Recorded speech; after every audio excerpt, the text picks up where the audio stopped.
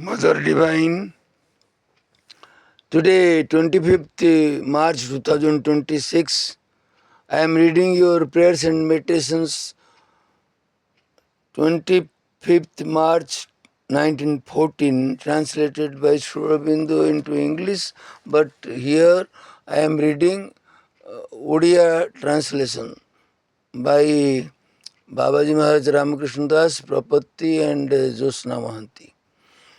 It is the prayer in Odia. मार्च 25, 1914 চিরদিন নীরব অদৃশ্য অথচ ସର୍ବଶକ୍ତିମାନ ତୁମର କର୍ମଧାରା ଆଜି ଅନୁଭୂତ ହେଉଛି ଏବଂ ଯେଉଁମାନଙ୍କର ଚେତନା ସମ୍ପୂର୍ଣ୍ଣ ଅବରୁଦ୍ଧ ବୋଲି ମନେ ହେଉଥିଲା ସେହିମାନଙ୍କ ମଧ୍ୟରେ ତୁମ ଦିବ୍ୟ ଜ୍ୟୋତିର ଅନୁଭୂତି ଜାଗ୍ରତ ହୋଇଛି। ମୁଁ ଭଲ ଭାବେ ଜାଣେ ଯେ ତୁମର ଉପସ୍ଥିତିକୁ ଆବାହନ କରିବା କେବେ ବି ବୃଥା ହୁଏ ନାହିଁ ଏବଂ ହୃଦୟର ଆନ୍ତରିକତା ସହ ଯଦି ତୁମ ସଙ୍ଗେ ମୁଁ ସଂଯୋଗ ସ୍ଥାପନ କରେ ଯେକୌଣସି ଆଧାର ମଧ୍ୟରେ ହେଉ ବ୍ୟକ୍ତିଗତ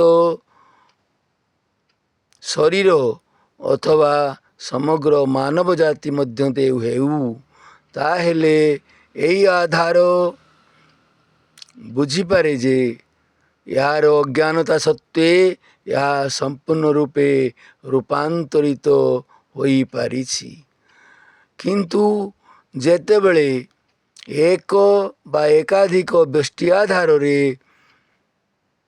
ସଚେତନ ଭାବେ ରୂପାନ୍ତର କାର୍ଯ୍ୟ ସାଧିତ ହୁଏ ଏବଂ ଯେତେବେଳେ ଭସ୍ମାଚ୍ଛାଦିତ ଅଗ୍ନିଶିଖା ଅକସ୍ମାତ୍ ପ୍ରଜ୍ୱଳିତ ହୋଇ ସମଗ୍ର ସତ୍ତାକୁ ଆଲୋକିତ କରେ ସେତେବେଳେ ପରମ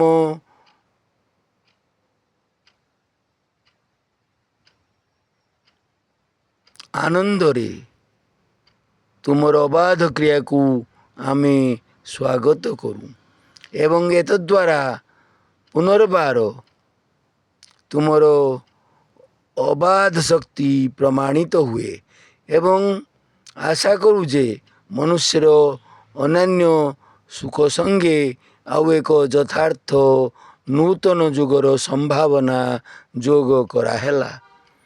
ହେ ଭଗବାନ, ମୋ ଭିତରୁ ତୁମ ଆଡ଼କୁ ଏକ ତୀବ୍ର କୃତଜ୍ଞତାର ଭାବ ଉତ୍ଥିତ ହେଉଛି।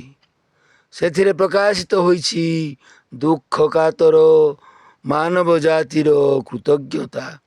ସେହି ମାନବ ଜାତିକୁ ତୁମେ ରୂପାନ୍ତରିତ ମହିମାନ୍ୱିତ କରୁଛ ଏବଂ ଦିବ୍ୟ ଜ୍ଞାନର ଶାନ୍ତି ପ୍ରଦାନ କରୁଛ।